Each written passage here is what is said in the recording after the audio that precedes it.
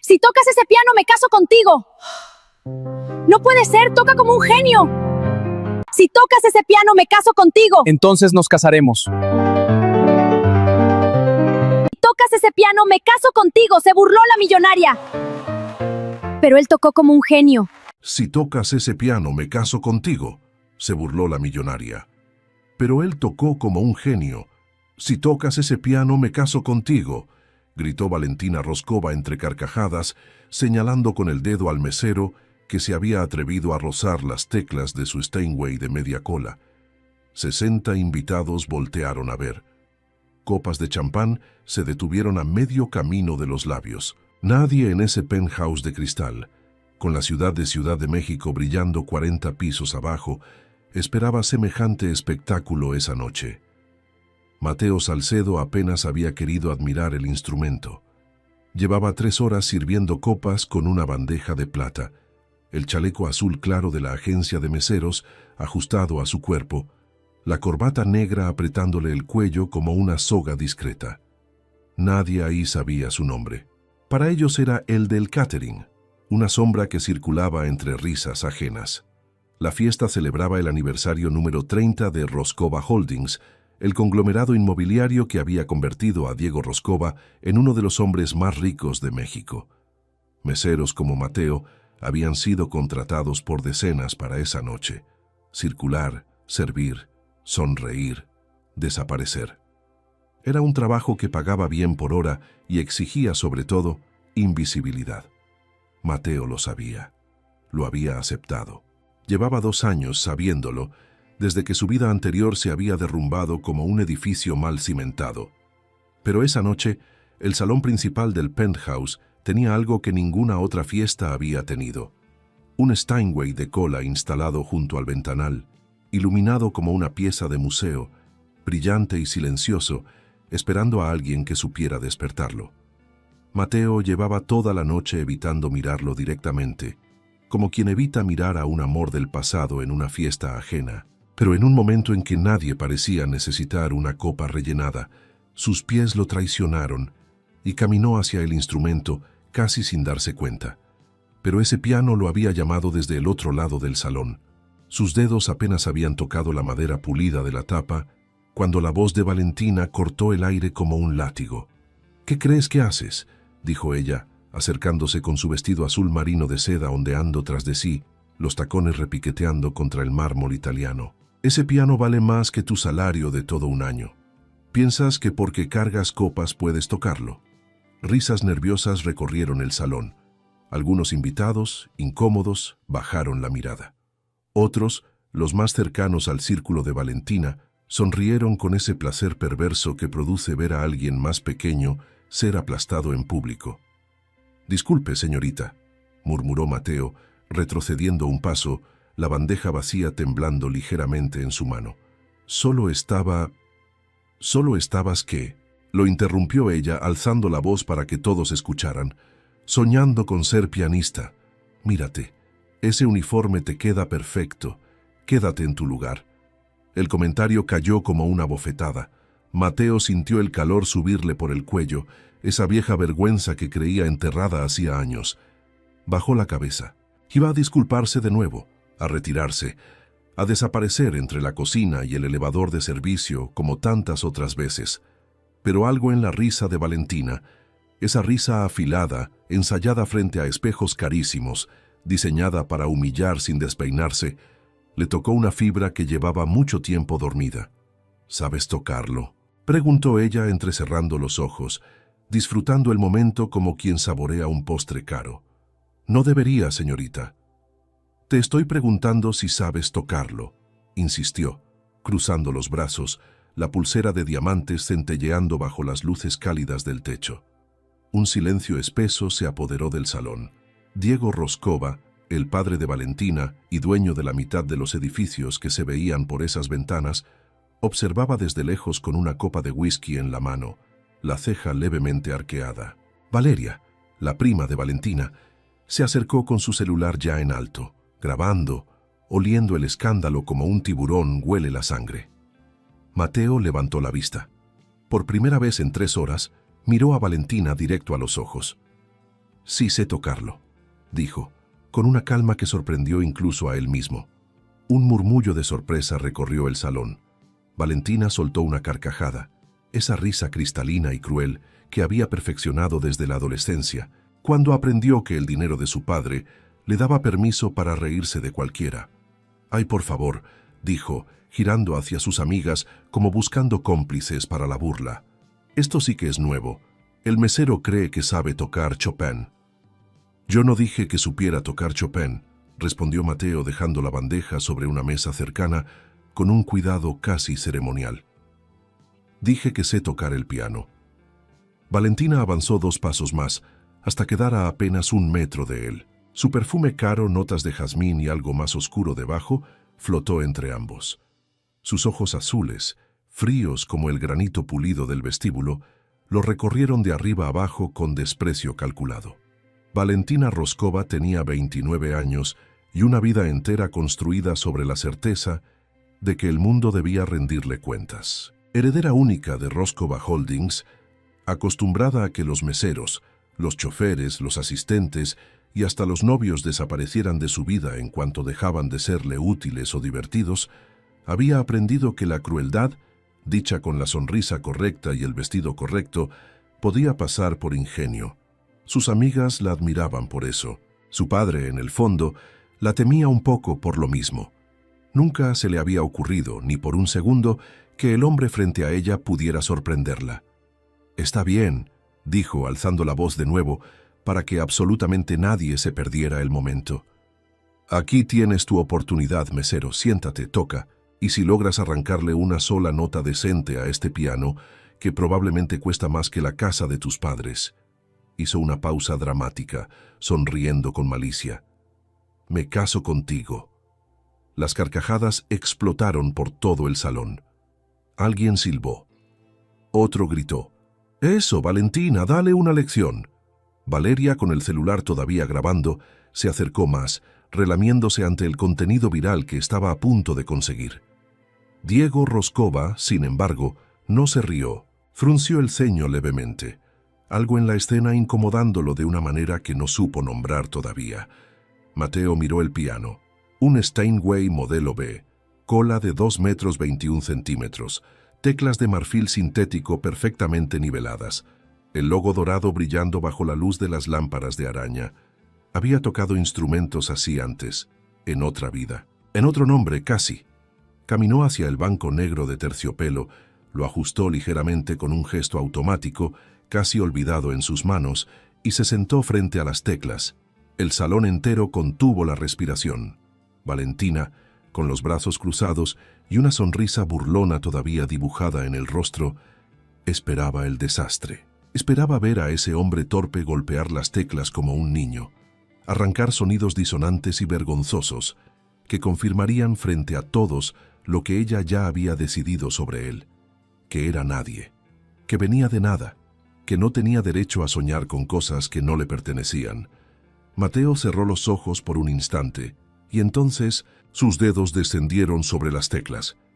La primera nota flotó en el aire como una advertencia silenciosa de que nada de lo que Valentina Roscova creía saber sobre ese hombre era verdad.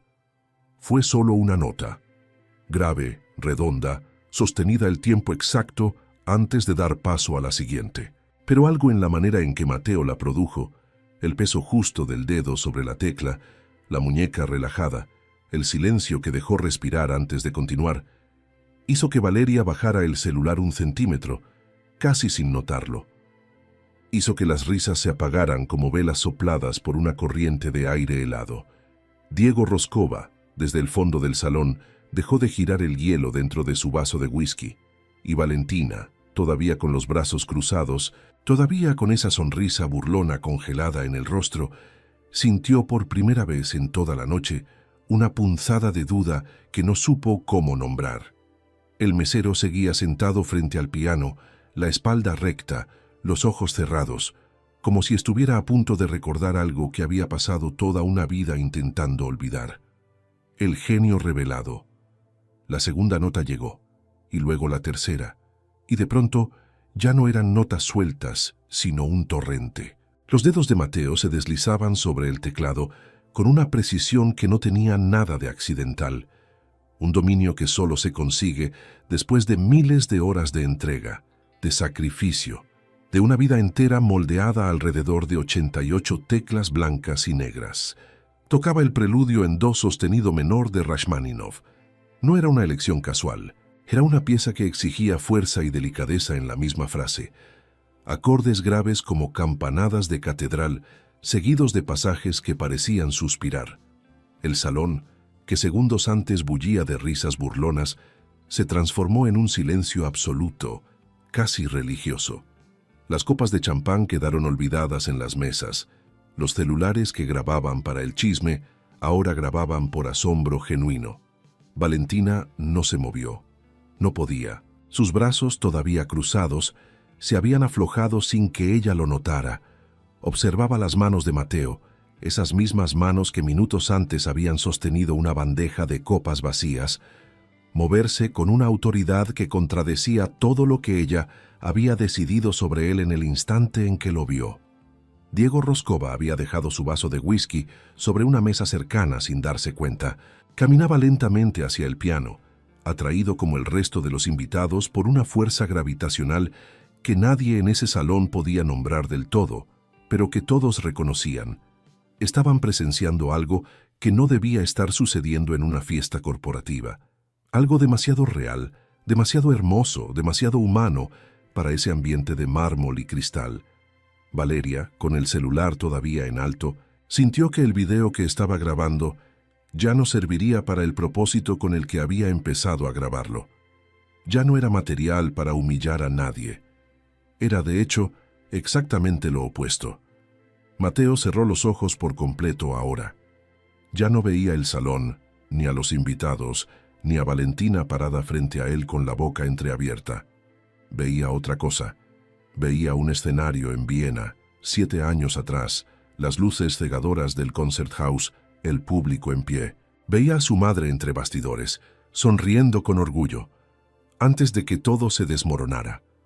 Veía las páginas de los periódicos, los titulares crueles, el nombre de otro hombre, Ricardo Falcón, su antiguo representante, manchando el suyo para siempre. Tocaba, y con cada acorde parecía estar despidiéndose de algo, o quizás recuperándolo. Había una época en que tocar frente a un público no le provocaba miedo sino euforia, cuando el escenario era su hogar más honesto y el aplauso una confirmación de que todos los sacrificios habían valido la pena. Su madre había vendido su única propiedad, un pequeño departamento en Guadalajara, para pagarle clases con un maestro ruso exigente que lo hacía practicar 6 horas diarias desde los 9 años. Mateo recordaba las manos agrietadas de tanto tocar en invierno sin calefacción, los callos en las yemas de los dedos, las noches en que se quedaba dormido sobre las teclas por puro agotamiento. Todo ese sacrificio había construido, nota por nota, al hombre que ahora tocaba frente a desconocidos que lo habían llamado el del catering apenas media hora antes. Y sin embargo, ninguno de esos recuerdos dolía tanto como el que vino después. El día en que todo se lo arrebataron. La pieza llegó a su clímax, esos acordes descendentes que suenan como campanas de funeral y esperanza al mismo tiempo, y luego se desvaneció en un pianísimo casi inaudible hasta que la última nota se apagó en el aire del penthouse como una vela consumida. Silencio. Un silencio tan denso que Valentina pudo escuchar su propio pulso latiendo en los oídos, y entonces el aplauso explotó. No fue un aplauso cortés de esos que se dan por obligación social. Fue estruendoso, genuino, con gritos de «¡Bravo!» y «¡Otra!», viniendo de invitados que minutos antes se habían reído del mismo hombre al que ahora ovacionaban de pie. Alguien silbó con admiración. Una mujer mayor con un collar de perlas que probablemente costaba más que el penthouse entero de cualquier persona común, se llevó una mano al pecho, visiblemente conmovida. Mateo abrió los ojos lentamente, como quien despierta de un sueño profundo, y se encontró con 60 pares de ojos mirándolo con una mezcla de asombro, vergüenza y fascinación. Valentina fue la última en reaccionar. Su rostro, segundos antes marcado por la burla, ahora mostraba algo que no estaba acostumbrada a sentir: incertidumbre. Su plan había sido humillar a un mesero atrevido frente a sus amigos. En cambio, se había humillado a sí misma frente a toda la élite empresarial de la ciudad. «Bueno», dijo tratando de recuperar la compostura, forzando una sonrisa que no le llegaba a los ojos. «Toca bien, nadie lo va a negar». «Toca como un profesional», corrigió su padre, acercándose con una expresión que Valentina no supo interpretar del todo. Parte curiosidad, parte respeto, parte algo más antiguo, como si estuviera reconociendo algo. «¿Dónde estudiaste?» Mateo se puso de pie lentamente, alisando su chaleco azul con un gesto casi automático, recuperando en un segundo la postura sumisa que la noche le exigía. «Eso no importa, señor», dijo bajando la mirada. «Con permiso debo volver a mi trabajo». «Espera», dijo Diego extendiendo una mano para detenerlo, no con autoridad, sino con algo parecido a la curiosidad genuina. «Esa pieza no se aprende en una escuela cualquiera. La técnica, el fraseo, tocaste como alguien que ha estado en un escenario real». Un murmullo recorrió el salón. Algunos invitados, reconociendo de pronto algo familiar en el rostro de Mateo, empezaron a susurrar entre ellos. «Un momento», dijo una mujer cerca del ventanal, entrecerrando los ojos. «¿No es él? Se parece a...». No terminó la frase, pero no hizo falta. Valeria, que llevaba toda la noche grabando, bajó por fin el celular por completo, la boca abierta, atando cabos que hasta ese momento no había considerado. Valentina notó el cambio en el ambiente, esa corriente de reconocimiento que empezaba a recorrer el salón como electricidad, y sintió una opresión extraña en el pecho. Algo le decía que la noche apenas comenzaba y que la humillación que ella había planeado infligir estaba a punto de convertirse en un espejo apuntando directamente hacia ella. «¿Quién eres realmente?», preguntó, con la voz más baja ahora, casi sin la arrogancia de minutos atrás. Mateo la miró directamente a los ojos por segunda vez esa noche. Había algo distinto en su mirada ahora. No era la mirada sumisa del mesero invisible, sino la mirada cansada de un hombre que había cargado durante años un peso que nadie en ese salón conocía todavía. «Alguien que alguna vez fue exactamente lo que usted imaginó que nunca podría ser», respondió. «Que alguien que ahora solo quiere terminar su turno en paz». Se dio la vuelta para retirarse hacia la cocina, dejando tras de sí un salón entero sumido en preguntas, especulaciones y, en el caso de Valentina, una promesa pública que 60 testigos habían escuchado con toda claridad. «Espera», la voz de Valeria cortó el murmullo, aguda y triunfante, con el celular de nuevo en alto, pero esta vez apuntando directamente a Valentina. «Todos lo escuchamos. Dijiste que si tocaba bien te casarías con él». Las risas volvieron, pero esta vez no estaban dirigidas hacia Mateo. Estaban dirigidas hacia Valentina Roscova, quien por primera vez en su vida adulta no tenía una respuesta ingeniosa preparada, ni una salida elegante, ni el control absoluto de una situación que ella misma había provocado. «Fue una broma», dijo por fin, con la voz más aguda de lo que hubiera querido, tratando de sonreír. «Obviamente fue una broma. Nadie se casa con base en una apuesta de fiesta». «Lo dijiste frente a 60 personas, Valentina», intervino su padre, con un tono que mezclaba diversión y severidad, el mismo tono que usaba en las juntas directivas cuando alguien intentaba escabullirse de una responsabilidad. «Y lo dijiste en un momento en que claramente subestimaste a la persona frente a ti. Eso, en los negocios, tiene un nombre: falta de diligencia». Varios invitados rieron por lo bajo. Valentina sintió que el rostro le ardía, una sensación que no recordaba haber experimentado desde la adolescencia, cuando todavía era vulnerable a las opiniones ajenas antes de aprender a blindarse con dinero y desdén. «Papá, no es momento de...». «Es exactamente el momento», la interrumpió Diego con una media sonrisa que no dejaba claro si estaba genuinamente divertido o si estaba, de alguna manera extraña, orgulloso de que su hija finalmente hubiera encontrado a alguien que no se doblegara ante su apellido. «Además, me interesa mucho saber quién es este hombre. Algo en él me resulta familiar, y no es solo el talento». Valeria, sintiendo que el escándalo que había estado buscando toda la noche finalmente tomaba forma, se acercó a su tía con una sonrisa que no lograba ocultar la satisfacción.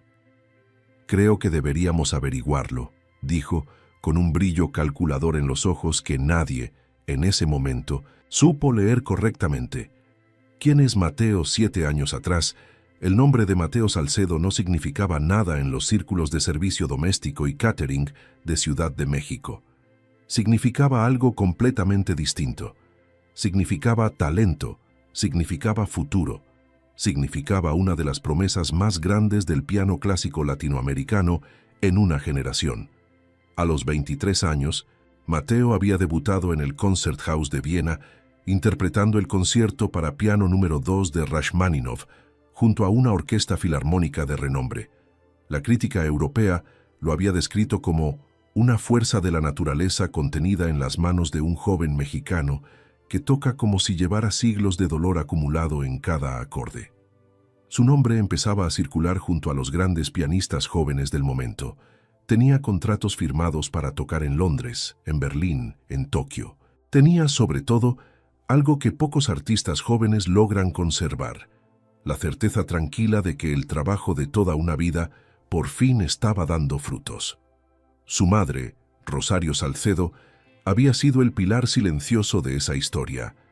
Viuda desde que Mateo tenía 4 años, había trabajado como costurera durante décadas, cosiendo hasta la madrugada para pagar clases de piano que en un inicio parecían un lujo imposible para una familia de tan pocos recursos. Nunca se quejó. Nunca le hizo sentir a su hijo que su talento era una carga económica. Al contrario, cada vez que Mateo dudaba de sí mismo, ella repetía la misma frase, gastada de tanto uso pero siempre efectiva: «Las manos que Dios te dio no son un accidente, hijo, son una responsabilidad». Mateo recordaba con precisión dolorosa las tardes de su infancia en el pequeño departamento de 2 cuartos donde creció, en una colonia popular de Guadalajara, donde el único piano al que tuvo acceso durante sus primeros años fue uno destartalado que la iglesia del barrio prestaba los sábados por la mañana. Practicaba ahí durante horas, mientras su madre esperaba sentada en una banca cercana, remendando ropa ajena para ganar un poco más, negándose a desperdiciar ni un minuto del tiempo que le costaba tanto conseguir. Cuando finalmente ahorró lo suficiente para comprarle un piano vertical usado, Mateo tenía 12 años y recordaba haber llorado esa noche, no de alegría sino de una gratitud que le pesaba como una responsabilidad imposible de saldar jamás por completo. Todo cambió una tarde de octubre, hacía poco más de 2 años.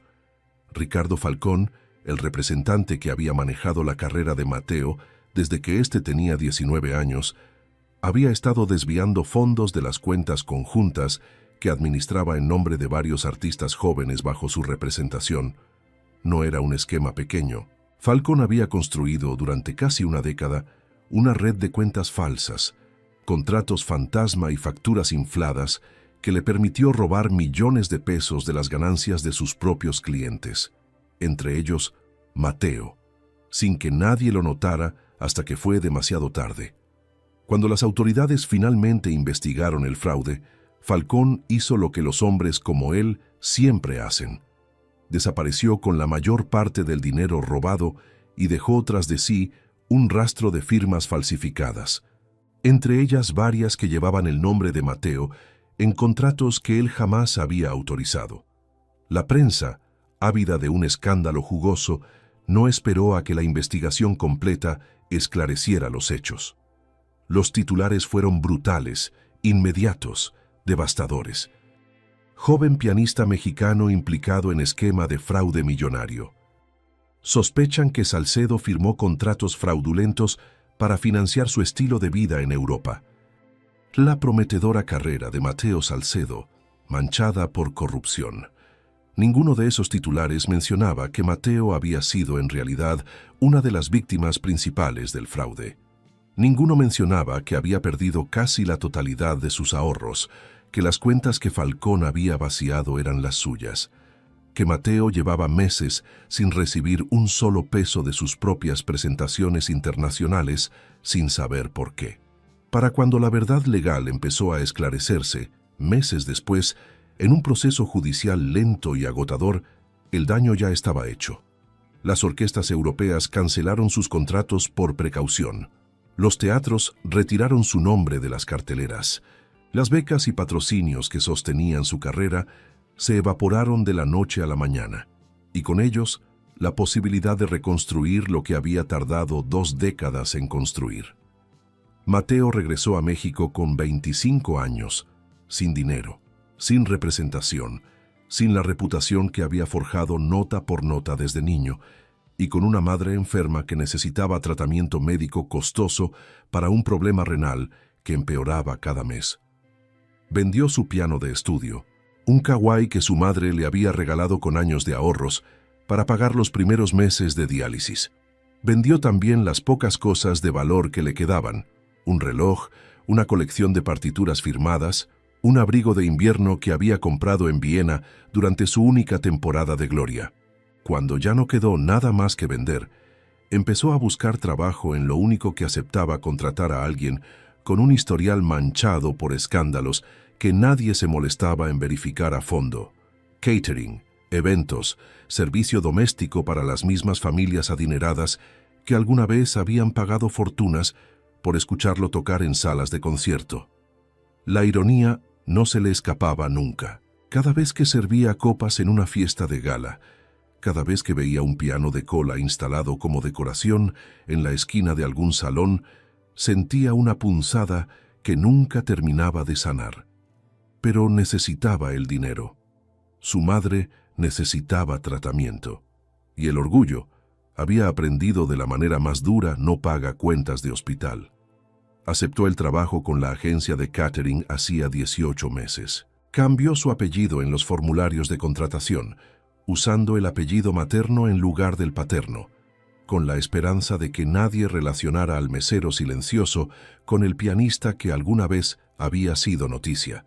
Funcionó, la mayoría del tiempo. La gente rica rara vez mira con atención los rostros de quienes les sirven la cena. Hasta esa noche, cuando el impulso de acercarse a un piano familiar había roto años de disciplinada invisibilidad. Mientras caminaba de regreso hacia la cocina, dejando tras de sí un salón entero murmurando su nombre, Mateo sintió el peso familiar de la exposición. Sabía lo que vendría después: las preguntas, la curiosidad morbosa, quizás incluso el reconocimiento de alguien que hubiera seguido su carrera antes del escándalo. Sabía que su cuidadoso anonimato, construido con tanto esfuerzo durante 2 años, probablemente se había roto esa noche en cuestión de minutos. Lo que no sabía, mientras cruzaba la puerta de servicio hacia la cocina, donde el resto del personal lo miraba con una mezcla de asombro y nuevas preguntas, era que Diego Roscova ya había reconocido su rostro y que esa misma noche, antes de que amaneciera, la vida que había reconstruido con tanto cuidado estaba a punto de cambiar de nuevo, esta vez de una manera que jamás hubiera podido predecir.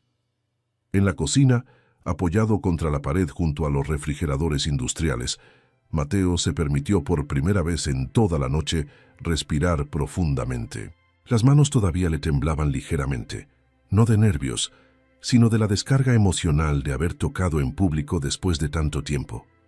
Cerró los ojos y por un instante volvió a sentir, aunque fuera fugazmente, algo parecido a quien había sido antes de que todo se derrumbara. «Oye», dijo una voz detrás de él. Era Carmen, otra mesera de la agencia, con quien había compartido turnos durante meses, sin revelarle nunca gran cosa de su pasado. «Eso que hiciste allá afuera, ¿de verdad eras pianista profesional?» Mateo abrió los ojos y la miró, sopesando cuánto valía la pena explicar en ese momento. «Era muchas cosas antes», respondió simplemente. «Ahora solo soy alguien que necesita terminar su turno». Carmen no insistió, pero su mirada dejaba claro que la historia, fuera cual fuera, ya se había filtrado más allá de ese salón, y que la vida tranquila y anónima que Mateo había construido con tanto esfuerzo estaba, esa misma noche, empezando a desmoronarse. La presión social. El video de Valeria se subió a redes sociales antes de que terminara la fiesta. Ella lo tituló, con su habitual falta de sutileza, La millonaria que prometió casarse con el mesero. Y él toca como un dios. Y lo acompañó de 3 emojis de fuego y uno de anillo de compromiso. Para cuando los primeros invitados empezaban a despedirse, cerca de la 1 de la madrugada, el clip ya acumulaba 100.000 reproducciones. Para cuando salió el sol sobre Ciudad de México, superaba los 3 millones.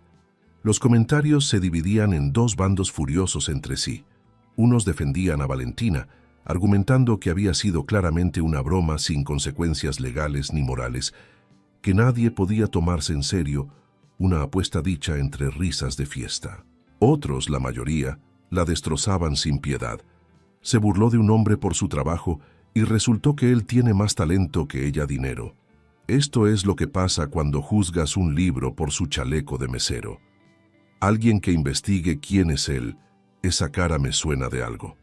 Algunos usuarios más cautelosos pedían que se dejara en paz al mesero, argumentando que ya había sido suficientemente expuesto por una sola noche y que exponer su vida privada en Internet sin su consentimiento rozaba la crueldad.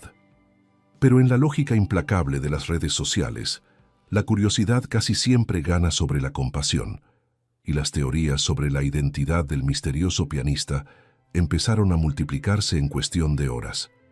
Ese último comentario, publicado por una cuenta dedicada a música clásica con casi 200.000 seguidores, fue el que encendió la mecha definitiva.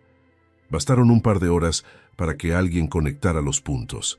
El rostro del mesero viral coincidía, con el paso de los años y algunos kilos de diferencia, con las fotografías de un joven pianista mexicano que había desaparecido misteriosamente de los escenarios internacionales hacía poco más de 2 años, envuelto en un escándalo de fraude financiero del que casi nadie recordaba los detalles exactos, solo el titular manchado. Para las 9 de la mañana, el nombre Mateo Salcedo era tendencia en México. En la mansión de los Roscova, Diego había convocado una reunión de emergencia en su despacho privado, un cuarto revestido de madera de nogal con vista panorámica hacia bosque de Chapultepec. Valentina llegó con evidentes signos de no haber dormido. El maquillaje de la noche anterior, todavía manchando ligeramente sus ojeras, sosteniendo su celular como si fuera un objeto radioactivo. 3 millones de vistas, papá, dijo, dejándose caer en uno de los sillones de piel frente al escritorio. Y sigue subiendo. Las acciones de Roscova Holdings cayeron un 2% esta mañana. ¿2%? ¿Me entiendes lo que eso significa en dinero real? Lo que entiendo, respondió Diego, sin levantar la vista de la pantalla donde revisaba, con el ceño fruncido, las mismas noticias que atormentaban a su hija. Es que mi hija hizo una promesa pública frente a 60 testigos, incluidos 3 periodistas de sociales que definitivamente no estaban ahí por casualidad, y ahora esa promesa se ha convertido en el tema de conversación de todo el país. Fue una broma. El país no lo está tomando como una broma, dijo Diego, girando su laptop para mostrarle la pantalla, donde un noticiero matutino de amplio rating debatía en vivo, con 2 analistas y una tarotista invitada como comentarista especial, sobre si Valentina Roscova cumpliría o no su compromiso viral con el pianista misterioso. Valeria entró al despacho sin tocar, como acostumbraba a hacerlo desde niña, con su propio celular en la mano y una expresión que oscilaba entre la preocupación fingida y el placer genuino de ver a su prima en apuros. «Esto está descontrolado», dijo sentándose sin ser invitada. «Pero también es una oportunidad, si lo piensan bien». ¿Una oportunidad? Valentina la miró con incredulidad. Valeria, soy el hazmerreír de todo México. Exacto, respondió Valeria con esa calma calculadora que Valentina había aprendido a desconfiar desde que eran adolescentes, aunque nunca lo suficiente. Eres el hazmerreír ahora. Pero si manejamos esto bien, en 2 semanas puedes ser la protagonista de la historia de amor más comentada del año. Compromiso falso, cuento de hadas moderno, la heredera y el pianista caído en desgracia que resulta tener un talento oculto. Los medios se lo comerían con gusto, y las acciones de la empresa se recuperarían con la publicidad positiva. Diego se recargó en su silla, estudiando a su sobrina con una mezcla de desconfianza e interés genuino. No era la primera vez que Valeria proponía un plan que sonaba brillante en la superficie y ocultaba debajo algún beneficio personal que tardaba semanas en revelarse. «¿Estás sugiriendo que finjamos un compromiso?», preguntó Valentina, la voz cargada de un horror que no terminaba de ser del todo sincero, como si una parte de ella, muy en el fondo, ya estuviera considerando la idea. «Estoy sugiriendo que conviertas un desastre de relaciones públicas en la mejor campaña de imagen que esta familia ha tenido en años», dijo Valeria encogiéndose de hombros con fingida indiferencia. «Un noviazgo temporal, fotos bonitas, un par de apariciones públicas. En 3 o 4 meses, termina de mutuo acuerdo, alegando incompatibilidad y todos salen ganando. Tú recuperas tu imagen, la empresa recupera confianza en el mercado y él probablemente necesita el dinero que le podrías ofrecer por su cooperación». Hubo un silencio incómodo en el despacho. Diego se pasó una mano por el mentón, sopesando la propuesta con la misma frialdad calculadora con la que evaluaba cualquier fusión empresarial. «No es la peor idea que has tenido», admitió finalmente para sorpresa de ambas mujeres. «Pero necesitamos que él acepte, y después de lo de anoche no me parece un hombre fácil de convencer con dinero». «Todos tienen un precio, tío», dijo Valeria, con una sonrisa que no llegaba a sus ojos, especialmente alguien que trabaja de mesero después de haber sido famoso. «El orgullo no paga hospitales». La mención casual, casi despreocupada, hizo que Diego levantara una ceja. «¿Sabes algo sobre su situación que nosotros no sepamos?» «Hice un poco de investigación esta mañana», respondió Valeria mostrando su celular con una carpeta de resultados de búsqueda ya organizados, fotografías antiguas de la carrera de Mateo, artículos sobre el escándalo de fraude y un dato que hizo que Valentina se inclinara hacia adelante, genuinamente sorprendida por primera vez en toda la conversación. Su madre está en tratamiento de diálisis desde hace más de 1 año.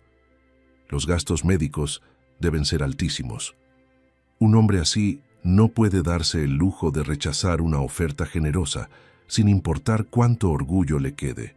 Valentina sintió algo incómodo removerse en su pecho, algo que no supo nombrar en ese momento, pero que con el paso de los días reconocería como el primer atisbo de una culpa que nunca antes había tenido que enfrentar.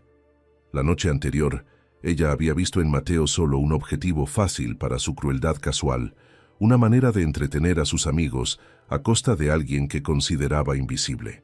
No había considerado ni por un segundo que ese hombre pudiera tener una madre enferma esperándolo en casa, facturas médicas acumulándose, una vida entera de sacrificio detrás del uniforme de mesero que ella había usado para humillarlo. «Quiero hablar con él», dijo finalmente, sorprendiendo a su padre y a su prima por igual, sola, antes de que decidamos nada. «Valentina». «Sola, papá», repitió, con una firmeza que no había mostrado en toda la mañana. «Si vamos a hacer esto, quiero al menos mirarlo a los ojos y disculparme como corresponde, no como parte del plan de relaciones públicas, como algo real».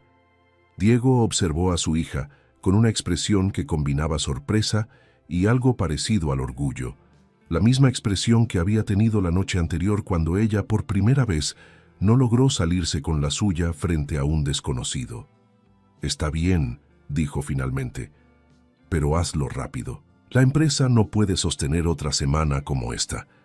Valeria sonrió satisfecha, aunque por dentro ya estaba calculando cómo aquel encuentro entre Valentina y Mateo podía beneficiarla a ella de maneras que ninguno de los dos todavía sospechaba siquiera.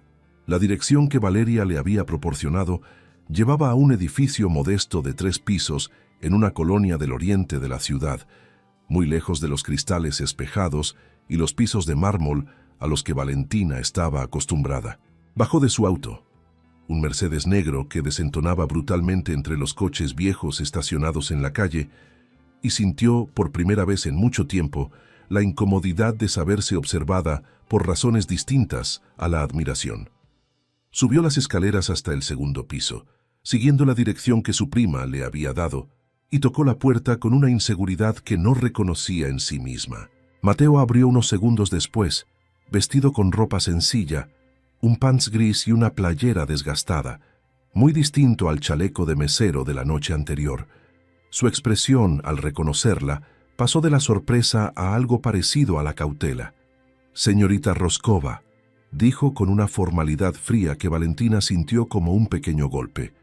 No esperaba visitas. «Necesito hablar contigo», dijo ella, y notó casi con vergüenza que su voz sonaba mucho menos segura que la noche anterior. «¿Puedo pasar?» Mateo dudó un instante. Luego se hizo a un lado. El departamento era pequeño, pero impecablemente limpio, con muebles sencillos y en una esquina un piano vertical viejo, visiblemente cuidado con esmero a pesar del desgaste evidente en la madera. Sobre una mesa cercana había frascos de medicamentos ordenados con precisión, una bata de hospital doblada, papeles de una clínica. «Mi madre está descansando», dijo Mateo, notando hacia dónde se dirigía la mirada de Valentina. «Tuvo diálisis esta mañana. Si vienes a burlarte más, prefiero que lo hagas en voz baja». La frase, dicha sin rencor evidente pero con un filo innegable, hizo que Valentina sintiera un nudo incómodo en el estómago. «No vengo a burlarme», dijo, y para su propia sorpresa la voz se le quebró ligeramente. «Vengo a disculparme. Lo de anoche estuvo mal, muy mal. No tenía derecho a hablarte así, a humillarte frente a todos esos desconocidos solo para, no sé, para hacer reír a mis amigas». Mateo la observó en silencio durante varios segundos, evaluando la sinceridad de la disculpa con la misma cautela con la que había aprendido a evaluar cualquier gesto amable de gente rica en los últimos 2 años, gente que casi siempre buscaba algo a cambio. «¿Por qué ahora?», preguntó finalmente. «Anoche no parecías particularmente arrepentida mientras todo el mundo se reía conmigo». «Porque anoche no sabía quién eras», admitió Valentina, sentándose en el borde del sofá sin que él la invitara a hacerlo, un gesto que en cualquier otra circunstancia hubiera resultado presuntuoso, pero que en ese momento pareció simplemente honesto. «No sabía tu historia. No sabía lo de tu madre. No sabía que perdiste todo por culpa de un fraude que ni siquiera cometiste tú». «¿Investigaste?», dijo Mateo sin sorpresa, más bien con una resignación cansada. «Claro, por supuesto que investigaste. Así funciona la gente como tú. Primero destruyen, luego investigan. Y si les conviene se disculpan». Las palabras dolieron más de lo que Valentina esperaba, precisamente porque no eran del todo injustas. «Tienes razón en desconfiar de mí», dijo, sorprendiéndose de nuevo con su propia honestidad. «Pero también vengo con una propuesta, y quiero que sepas desde ahora que puedes decir que no». Le explicó todo: el video viral, la caída de las acciones de la empresa, la sugerencia de Valeria sobre fingir un compromiso temporal, la presión de su padre para contener el escándalo antes de que afectara negocios reales, contratos reales, empleos reales de gente que dependía de la estabilidad de Roscova Holdings. A cambio, continuó, con cierta incomodidad al decir la parte que sabía, sonaría transaccional. La empresa cubriría todos los gastos médicos de tu madre, el tratamiento completo, sin límite de tiempo, sin importar cuánto dure, además de una compensación mensual generosa mientras dure el arreglo. Mateo se quedó en silencio tanto tiempo que Valentina empezó a temer que fuera a pedirle que se retirara sin darle respuesta alguna. «¿Sabes lo que se siente?», dijo finalmente, con la voz baja pero cargada de una intensidad contenida. «Que te ofrezcan dinero para fingir amor con la misma persona que te humilló frente a 60 desconocidos hace apenas 24 horas». «Lo sé», dijo Valentina, y por primera vez desde que había entrado al departamento, no sonó como una heredera acostumbrada a comprar lo que quería, sino como alguien genuinamente avergonzada. «Sé que suena horrible, sé que es injusto pedírtelo, pero también sé que tu madre necesita ese tratamiento, y sé que yo tengo la capacidad de dárselo, y sé que si no te lo ofrezco, me voy a sentir como la persona más miserable del mundo, más de lo que ya me siento ahora mismo». Un ruido suave vino desde el pasillo. Rosario Salcedo, apoyada en un andador, apareció en la entrada de la sala, visiblemente débil pero con una mirada aguda que evaluó a Valentina de arriba a abajo en cuestión de segundos. «Así que tú eres la que humilló a mi hijo en televisión nacional», dijo sin rodeos, con la franqueza que solo la enfermedad y la edad conceden a algunas personas. «Sí, señora», respondió Valentina, poniéndose de pie de inmediato, sintiendo un respeto instintivo hacia esa mujer frágil pero de mirada firme. «Y vine a disculparme, aunque sé que una disculpa no borra lo que hice». Rosario avanzó lentamente hacia una silla y se sentó con la ayuda de Mateo, quien se apresuró a asistirla con una ternura que contrastaba brutalmente con la frialdad que había mostrado hacia Valentina segundos antes. «Mi hijo perdió todo por culpa de gente como tú», dijo Rosario, sin apartar la mirada de Valentina. «Gente que juzga con la boca antes de pensar con la cabeza. Gente que cree que el dinero les da derecho a pisotear a quien sea». «Mamá». «Déjame terminar, Mateo», lo interrumpió Rosario con una autoridad tranquila que silenció a su hijo de inmediato. «Pero también he vivido lo suficiente para saber que la gente puede cambiar y que a veces una humillación pública, por dolorosa que sea, termina revelando cosas que nadie sabía. Anoche, mijo, tocaste como no te había visto tocar en años, como si hubieras recordado de golpe quién eras realmente». Mateo bajó la mirada, algo en las palabras de su madre tocando una fibra que llevaba tiempo evitando. «Escúchame bien, señorita Roscova», continuó Rosario, dirigiéndose de nuevo a Valentina. «No me importa tu dinero. Me importa que mi hijo recupere algo de la vida que le arrebataron. Y si tu propuesta absurda de compromiso falso le abre aunque sea una puerta para volver a tocar frente a un público, para que el mundo vuelva a saber quién es Mateo Salcedo más allá de un escándalo que ni siquiera cometió, entonces tal vez valga la pena considerarla». Un silencio cargado se instaló en la pequeña sala. Mateo miró a su madre, luego a Valentina, sopesando en cuestión de segundos meses de sacrificio, facturas médicas acumuladas y una oportunidad que, por artificial que fuera en su origen, podía significar algo real para las dos personas que más le importaban en el mundo, su madre y el fantasma del músico que alguna vez había sido. «Tengo condiciones», dijo finalmente, mirando a Valentina directamente a los ojos.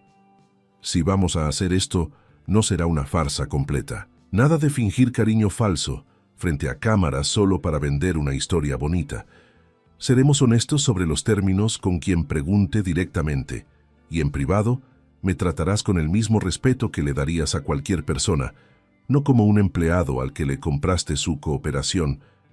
«Trato hecho», dijo Valentina sin dudarlo, sintiendo un alivio genuino mezclado con algo más difícil de nombrar. La sensación incómoda de que aquel arreglo, nacido de una crisis de relaciones públicas, estaba a punto de convertirse en algo mucho más complicado de lo que ninguno de los dos en ese momento podía prever. Se dieron la mano para sellar el acuerdo, un gesto formal y frío que, sin embargo, dejó en ambos una sensación extraña de calidez que ninguno se atrevió a nombrar todavía. La verdad sale a la luz. Las semanas siguientes transcurrieron entre eventos públicos cuidadosamente coreografiados, una cena de beneficencia donde Mateo, vestido con un traje que la propia Valentina había elegido, atrajo más atención que cualquier otro invitado. Una sesión de fotos espontánea en un parque, publicada estratégicamente por el equipo de relaciones públicas de Roscova Holdings. Una entrevista breve y controlada donde Valentina, con evidente nerviosismo genuino, habló sobre descubrir a la persona detrás del uniforme. Las acciones de la empresa se recuperaron. La narrativa pública viró de la burla hacia la fascinación. La heredera arrogante que había encontrado el amor en el lugar menos esperado. Los medios amaban la historia, el público la devoraba. Pero lejos de las cámaras, algo distinto ocurría entre ellos. Mateo había vuelto a tocar el piano cada tarde, esta vez en el estudio privado de la mansión Roscova, un cuarto insonorizado con un Steinway que Diego había insistido en poner a su disposición mientras durara el arreglo. Valentina, curiosa al principio y después genuinamente cautivada, Empezó a sentarse en el sofá del estudio durante horas, escuchándolo practicar, observando la transformación que ocurría en su rostro cuando tocaba. La tensión permanente en su mandíbula se disolvía, sus hombros se relajaban, y por momentos parecía olvidar por completo que ella estaba ahí. ¿Por qué dejaste de tocar en público durante tanto tiempo?, le preguntó una tarde, sentada con las piernas cruzadas sobre el sofá, mientras él ajustaba las teclas de un pasaje difícil. Podrías haber seguido dando conciertos pequeños, algo alejado del circuito internacional. Mateo dejó de tocar y la miró, sopesando cuánto quería revelar. Cuando pierdes todo lo que construiste por culpa de una mentira que ni siquiera dijiste tú, dejas de confiar en los aplausos, dijo finalmente. Empiezas a preguntarte si la gente te admiraba a ti o a la historia que contaban sobre ti. Es más fácil no arriesgarte de nuevo. Valentina sintió algo apretarse en su pecho, una comprensión incómoda de cuánto se parecía esa sensación a la que ella misma experimentaba, aunque por razones completamente distintas, la sospecha constante de que nadie a su alrededor la quería genuinamente, sino por lo que su apellido representaba. Yo tampoco sé si la gente me quiere a mí o a mi dinero, admitió, en voz baja, una confesión que jamás había hecho ante nadie fuera de su círculo más cercano. Mateo la observó con una expresión distinta a la que había mostrado durante las primeras semanas del arreglo, algo parecido a la empatía genuina, reemplazando gradualmente la desconfianza inicial. Al menos ahora sabemos que ninguno de los dos está aquí por eso, dijo, con un asomo de sonrisa que Valentina no había visto antes y que sintió, inexplicablemente, como una pequeña victoria. Fue en esas tardes silenciosas, entre acordes de Chopin y confesiones susurradas, donde el arreglo artificial comenzó a transformarse en algo que ninguno de los dos había anticipado ni sabía cómo nombrar del todo. Una tarde particularmente lluviosa, mientras el sonido de la lluvia golpeaba los ventanales del estudio, Mateo le enseñó a Valentina los rudimentos más básicos del piano, colocando sus manos sobre las teclas con una paciencia que contrastaba enormemente con la frialdad de su primer encuentro. «No, así no», dijo, riendo suavemente ante la torpeza evidente de ella. «Relaja la muñeca. No estás cargando nada, solo estás dejando que el dedo caiga. Es más difícil de lo que parece cuando tú lo haces», respondió Valentina, frustrada pero genuinamente divertida, una expresión de ligereza que rara vez mostraba fuera de ese estudio. «Todo parece fácil cuando alguien lleva 20 años practicando», dijo Mateo, y por un instante sus manos se quedaron sobre las de ella, más tiempo del estrictamente necesario para corregir su postura. Ninguno de los dos comentó el momento, pero ambos lo sintieron. Esa corriente silenciosa que empezaba a tejerse entre dos personas que se habían conocido apenas semanas atrás, en el peor momento posible para ambos. Mientras tanto, Valeria trabajaba en algo completamente distinto. Desde la noche de la fiesta, había estado investigando con una dedicación que iba mucho más allá de la simple curiosidad familiar. No le interesaba el romance entre su prima y el pianista caído en desgracia. Le interesaba el hecho de que, con Valentina distraída y su tío enfocado en contener el escándalo mediático, la supervisión sobre ciertos movimientos financieros dentro de Roscova Holdings se había relajado considerablemente, justo en el momento en que ella necesitaba esa distracción para ejecutar un plan que llevaba meses gestando. Valeria había acumulado deudas significativas de juego, ocultas cuidadosamente de su familia durante más de un año. Un socio inversionista peligroso, con conexiones poco recomendables, le había dado un ultimátum: pagar lo adeudado en un plazo de 60 días o enfrentar consecuencias que ella prefería no imaginar. Su solución había sido desviar fondos de un fideicomiso familiar menor, uno que Diego revisaba con poca frecuencia, confiando en la lealtad de su sobrina. Pero necesitaba un chivo expiatorio si alguna vez las irregularidades salían a la luz. Y el candidato perfecto, pensó con frialdad calculadora, era el hombre con un historial ya manchado por acusaciones de fraude. El mismo hombre que ahora, para colmo, amenazaba con convertirse en un miembro permanente de la familia si el romance fingido se volvía real. Empezó a construir evidencia falsa con paciencia meticulosa. Transferencias bancarias diseñadas para parecer vinculadas a cuentas asociadas con Mateo. Documentos alterados sutilmente. Correos electrónicos fabricados con fechas retroactivas. No era la primera vez que hacía algo así. Había aprendido, observando de cerca durante años el manejo de las finanzas familiares, exactamente qué tipo de evidencia convencía a los auditores externos sin levantar sospechas inmediatas. Una tarde, mientras Valentina y Mateo compartían un almuerzo tranquilo en la terraza de la mansión, riendo genuinamente por primera vez sin la presión de las cámaras, Valeria observaba desde una ventana del segundo piso, con una expresión que combinaba satisfacción calculadora y algo más oscuro, algo parecido a los celos que llevaba años sin admitir ni siquiera ante sí misma. Porque la verdad que Valeria jamás confesaría en voz alta era que su plan original no había sido simplemente incriminar a Mateo para protegerse de sus propias deudas. Había sido, desde el principio, alejarlo de Valentina antes de que la conexión genuina, que ahora presenciaba desde esa ventana, tuviera oportunidad de consolidarse. Valeria llevaba años enamorada, en silencio, de la vida que su prima tenía y que ella nunca lograría alcanzar por completo. El apellido principal, la herencia mayoritaria, el amor incondicional de un padre que, aunque también era su tío, jamás la había mirado con el mismo orgullo reservado exclusivamente para su hija legítima. Ver a Valentina encontrar, incluso en un arreglo que había comenzado como pura estrategia de relaciones públicas, algo que se parecía peligrosamente al amor verdadero, era más de lo que Valeria estaba dispuesta a tolerar en silencio. Esa noche, mientras la familia cenaba junta por primera vez en semanas sin la tensión constante del escándalo mediático flotando sobre la mesa, Valeria activó la última pieza de su plan, una llamada anónima a un contacto en un periódico financiero, sugiriendo que revisaran de cerca ciertas transacciones recientes de Roscova Holdings vinculadas a un asesor externo con historial previo de fraude. La trampa estaba lista, solo faltaba que se cerrara.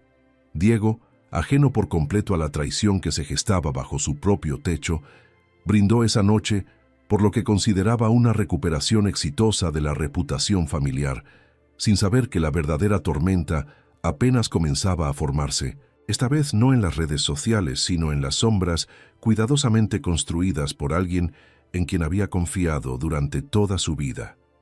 Nadie en esa mesa, ni Diego con su copa de vino levantada en un brindis sincero, ni Valentina sonriendo con una ligereza que no sentía desde hacía años, ni siquiera Mateo observando con cautela pero también con una esperanza que apenas empezaba a permitirse sentir, podía imaginar que en menos de una semana todo lo construido con tanto cuidado estaría a punto de derrumbarse frente a las cámaras que una vez más los observarían, esta vez sin compasión alguna. La traición y la caída. El escándalo estalló un martes por la mañana con la misma velocidad brutal con la que había estallado el primero, pero esta vez sin ninguna nota de piano que pudiera transformar la humillación en admiración. Exclusiva. Roscova Holdings, bajo investigación por transferencias irregulares vinculadas a Mateo Salcedo, pianista con historial previo de fraude financiero, rezaba el titular del periódico financiero más influyente del país, acompañado de capturas de pantalla de documentos que parecían, a primera vista, absolutamente incriminatorios. Transferencias bancarias con montos considerables, fechas que coincidían sospechosamente con el inicio de la relación entre Mateo y Valentina, correos electrónicos que sugerían negociaciones turbias. Diego convocó una reunión de emergencia con todo el consejo directivo antes del mediodía. Los inversionistas, nerviosos por la volatilidad reciente de las acciones, exigían respuestas inmediatas. Los abogados de la empresa recomendaban, con la frialdad práctica que caracteriza a quienes priorizan la protección legal por encima de las relaciones personales, distanciarse públicamente de Mateo de inmediato antes de que la investigación avanzara más. La sala de juntas, Normalmente un espacio de decisiones frías y calculadas, se sentía esa mañana cargada de una tensión distinta, casi palpable. Los 12 miembros del consejo, vestidos con la uniformidad discreta de quienes manejan fortunas ajenas, revisaban una y otra vez los documentos filtrados, buscando ángulos legales, calculando riesgos reputacionales, sin ningún interés genuino en la verdad detrás de las acusaciones. Para ellos, Mateo Salcedo era una variable de riesgo, no una persona. «Papá, esto es mentira», insistió Valentina, de pie en medio del despacho, la voz temblando de una furia que no lograba controlar del todo. Alguien fabricó esas transferencias. Mateo jamás tocaría un centavo que no fuera suyo. Lo conozco. Lo conoces desde hace 6 semanas, Valentina, respondió Diego, con un cansancio que envejecía visiblemente su rostro. Y las pruebas que tiene el periódico son bastante convincentes. Los abogados dicen que si no actuamos rápido, la investigación podría extenderse hacia toda la junta directiva. Las pruebas son falsas. ¿Cómo puedes estar tan segura? Valentina no tenía una respuesta lógica que ofrecer, solo la certeza visceral que había construido semana tras semana, observando a Mateo tocar piano con las manos temblorosas de emoción, escuchándolo hablar de su madre con una devoción que no dejaba espacio para la codicia, viéndolo rechazar, en más de una ocasión, regalos costosos que ella había intentado ofrecerle simplemente porque no se sentía correcto aceptar más de lo acordado. «Solo lo sé», dijo finalmente, con una vulnerabilidad que rara vez mostraba frente a su padre. «De la misma manera en que tú sabes cuándo un trato de negocios huele mal, yo sé que esto es una trampa». Diego suavizó ligeramente su expresión, pero la presión del consejo directivo, reunido en la sala contigua esperando una decisión, no le daba mucho margen para la paciencia. «Necesito que Mateo se presente voluntariamente ante los investigadores esta tarde», dijo finalmente. «Si es inocente, como tú aseguras, la investigación lo aclarará rápidamente. Pero mientras tanto, la empresa necesita distanciarse públicamente. Un comunicado que aclare que el compromiso fue un arreglo temporal ya concluido, sin vínculos financieros con la familia, más allá de la compensación acordada inicialmente». «¿Me estás pidiendo que lo abandone públicamente mientras es investigado por algo que no hizo? Te estoy pidiendo que protejas a esta familia y a los cientos de empleados que dependen de que esta empresa siga funcionando», respondió Diego, con una dureza que Valentina rara vez había escuchado dirigida hacia ella. «El consejo directivo ya está redactando el comunicado. Tienes hasta esta tarde para decidir si lo firmas conmigo o si prefieres que yo lo haga solo». Valentina salió del despacho con el corazón latiéndole con una violencia que le nublaba el pensamiento. Corrió hacia el estudio donde sabía que encontraría a Mateo, esperando encontrar las palabras adecuadas para explicarle la situación sin que sonara exactamente a lo que era. Una traición institucional disfrazada de necesidad corporativa. Lo encontró ya de pie, con su celular en la mano, la expresión pálida y contenida de alguien que acababa de leer las mismas noticias que ella. «Mateo, ya lo vi», dijo él, sin levantar la vista del teléfono, la voz peligrosamente calmada, esa calma que precede a las tormentas más devastadoras. Sabía que esto pasaría, sabía que era demasiado bueno para durar. «Es mentira, Mateo, todo es mentira, lo sé». «¿Lo sabes?». Finalmente levantó la vista, y sus ojos, normalmente cálidos cuando la miraban, ahora reflejaban una desconfianza que Valentina reconoció con horror. Era la misma mirada de la primera noche, la mirada de un hombre que había aprendido, de la manera más dura posible, a no confiar en las promesas de la gente con dinero, porque tu padre acaba de pedirte que firmes un comunicado distanciándote de mí. ¿No es así? Lo escuché desde el pasillo. Valentina sintió que el suelo se movía bajo sus pies. «Necesito tiempo para pensar cómo manejarlo». «No, Valentina», la interrumpió Mateo, con una tristeza profunda reemplazando gradualmente la furia inicial. «No necesitas tiempo. Ya sabes exactamente lo que vas a hacer, porque es exactamente lo mismo que hiciste la primera noche que nos conocimos. Proteger tu imagen, proteger tu apellido, sin importar el costo humano. Eso no es justo. ¿No lo es?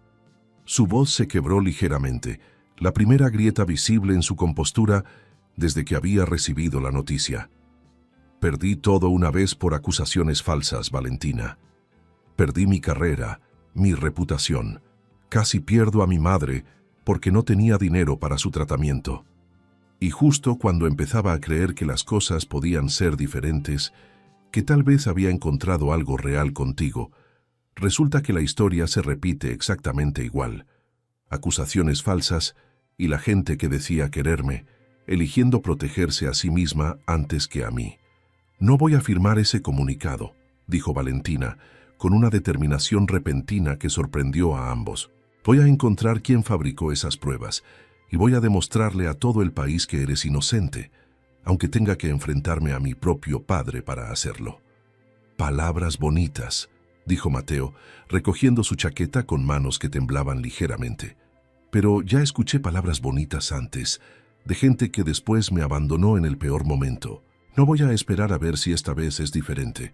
Mateo, por favor, necesito ir a ver a mi madre, dijo él dirigiéndose hacia la puerta, su voz cargada de un cansancio que iba mucho más allá de la fatiga física. Necesito asegurarme de que su tratamiento no se vea afectado por este nuevo escándalo, sin importar lo que decida tu familia sobre mí. Salió del estudio sin mirar atrás, dejando a Valentina sola frente al piano silencioso, con la certeza aterradora de que, si no actuaba rápido, estaba a punto de perder no solo un arreglo conveniente de relaciones públicas, sino algo que, sin darse cuenta del todo, se había convertido en lo más real y valioso que había tenido en años. Se limpió las lágrimas con brusquedad y sacó su teléfono.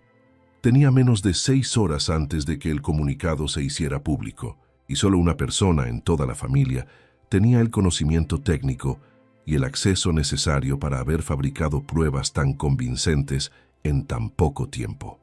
Marcó el número de Valeria, con una furia fría asentándose en su pecho, reemplazando gradualmente el pánico inicial. «Necesitamos hablar», dijo en cuanto su prima contestó. «Ahora mismo».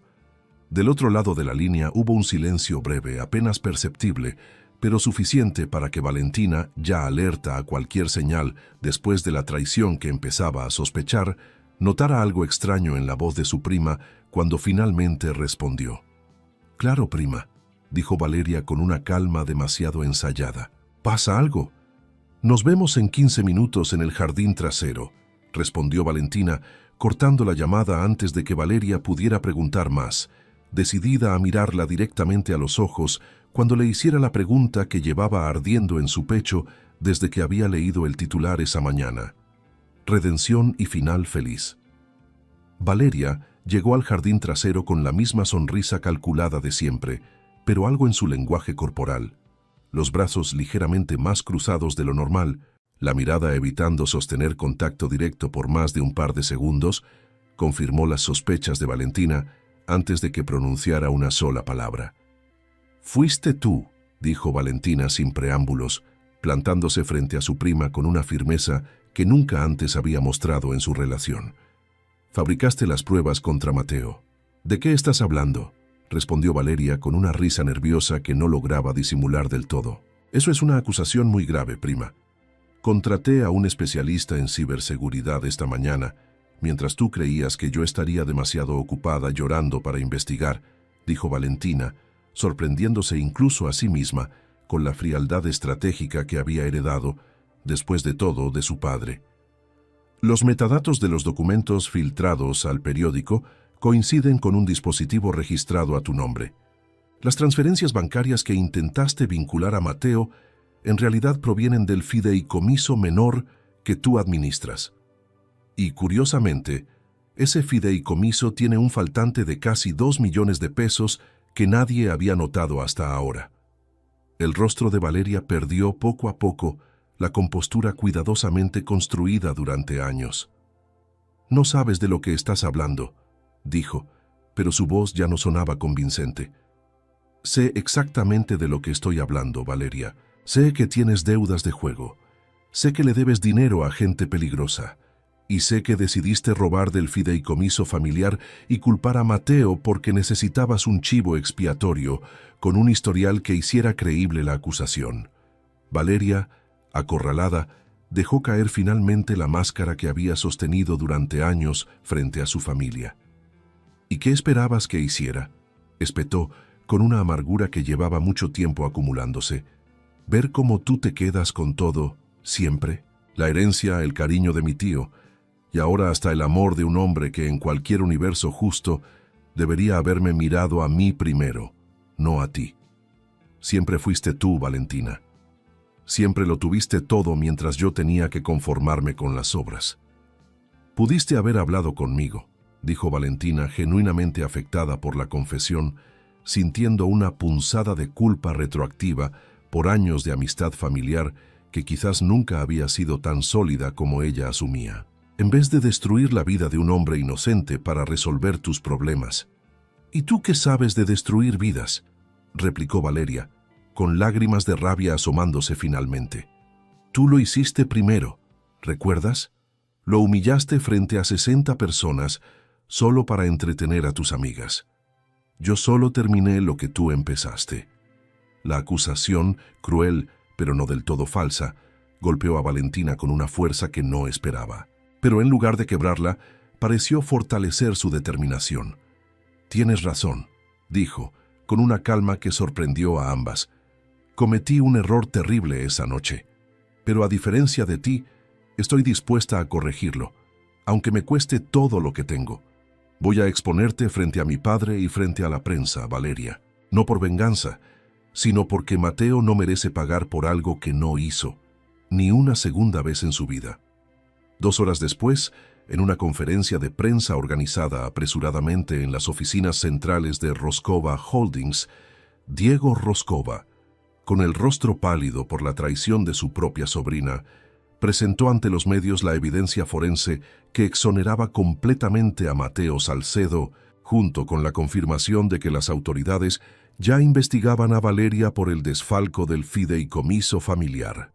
Quiero ofrecer una disculpa pública, en nombre de mi familia y de esta empresa, al señor Mateo Salcedo, dijo Diego frente a las cámaras, su voz cargada de una humildad poco habitual en él. Fue acusado injustamente por segunda vez en su vida, y esta familia estuvo a punto de abandonarlo por proteger intereses corporativos. Eso no volverá a suceder. Mateo, presente en la conferencia a petición expresa de Valentina, escuchó las palabras con una mezcla de alivio y un cansancio emocional que llevaba acumulando desde hacía días. Pero fue la mirada de Valentina, buscando la suya entre la multitud de periodistas, lo que realmente le devolvió algo parecido a la esperanza. Esa noche, mucho después de que las cámaras se retiraran y el escándalo empezara su lento proceso de desvanecimiento en el ciclo noticioso, Valentina encontró a Mateo en el jardín de la mansión, sentado solo bajo las luces cálidas que iluminaban los árboles. «Pudiste haberte ido apenas se aclaró todo», dijo ella, sentándose a su lado. «Nadie te hubiera culpado por no querer volver a saber nada de esta familia». «Estuve a punto de hacerlo», admitió Mateo con honestidad. «Pero entonces recordé algo que me dijo mi madre hace mucho tiempo, que el verdadero carácter de una persona no se mide por cómo actúa cuando todo está bien, sino por lo que está dispuesta a sacrificar cuando las cosas se complican. Y tú sacrificaste bastante hoy por defenderme, Valentina. Enfrentaste a tu propia familia. Eso significa algo». «¿Significa que me perdonas?», preguntó ella, con una vulnerabilidad que jamás había mostrado ante nadie fuera de esa conversación. «Significa que quiero descubrir quién eres realmente, más allá del apellido, más allá del escándalo, más allá de la primera noche en que nos conocimos», respondió Mateo, tomando su mano con una delicadeza que contrastaba con la firmeza de sus palabras. «Sin arreglos falsos, sin cámaras, solo nosotros, descubriendo si lo que empezó como una farsa puede convertirse en algo real». 6 meses después, en una ceremonia íntima celebrada en el jardín donde habían tenido esa conversación decisiva, Mateo Salcedo y Valentina Roscova se casaron frente a un grupo reducido de familiares y amigos verdaderos, sin las cámaras que habían presenciado el inicio accidentado de su historia. Rosario Salcedo, con la salud considerablemente mejorada gracias al tratamiento continuo, ocupó un lugar de honor en primera fila, sonriendo con la satisfacción tranquila de quien ha visto a su hijo recuperar no solo su carrera. Mateo había firmado, semanas antes, un contrato para regresar a los escenarios internacionales, esta vez bajo su propio nombre y sin intermediarios de dudosa reputación, sino también algo que ella temía que jamás volviera a encontrar: la capacidad de confiar, de amar, de reconstruirse después de haber perdido casi todo. Diego Roscova, con lágrimas que rara vez permitía que nadie viera, entregó a su hija en el altar, consciente de que la lección más importante que aquella tormenta le había dejado no tenía nada que ver con relaciones públicas ni estrategias corporativas, sino con algo mucho más simple: que el verdadero valor de una persona nunca se mide por su apellido, su cuenta bancaria o el uniforme que porta, sino por la integridad que mantiene cuando todo a su alrededor se derrumba. Valentina, mirando a Mateo frente al altar, recordó la noche en que lo había humillado frente a 60 desconocidos, la crueldad casual que alguna vez había confundido con ingenio, la arrogancia que la había cegado ante la humanidad de las personas que consideraba inferiores. Aquella mujer que se había burlado de un mesero por atreverse a tocar un piano ya no existía. En su lugar había alguien que había aprendido, de la manera más dura posible, que la verdadera grandeza no está en el dinero que se posee, sino en la humildad de reconocer los propios errores y en el valor de corregirlos, sin importar el costo. ¿Sabes?, le susurró Mateo mientras el oficiante los declaraba marido y mujer. Sigo pensando en esa noche, en la promesa que hiciste sin querer cumplirla realmente. Fue la broma más cruel que he hecho en mi vida, admitió Valentina, con una sonrisa que mezclaba vergüenza y gratitud. Y terminó siendo la mejor decisión, aunque accidental, que jamás tomé. A veces la vida funciona así, dijo Mateo besándola frente a todos los presentes. Las peores humillaciones esconden, sin que lo sepamos, el comienzo de las historias más hermosas. Y mientras los aplausos de los invitados llenaban el jardín, el mismo Steinway, que había presenciado el inicio de todo aquello, trasladado especialmente para la ocasión desde el penthouse donde la historia había comenzado, esperaba en silencio a que Mateo se sentara una vez más frente a él, esta vez no para probar nada ante nadie, sino simplemente para celebrar, con la música que había estado a punto de perder para siempre, el amor real que había encontrado en el lugar más inesperado de todos.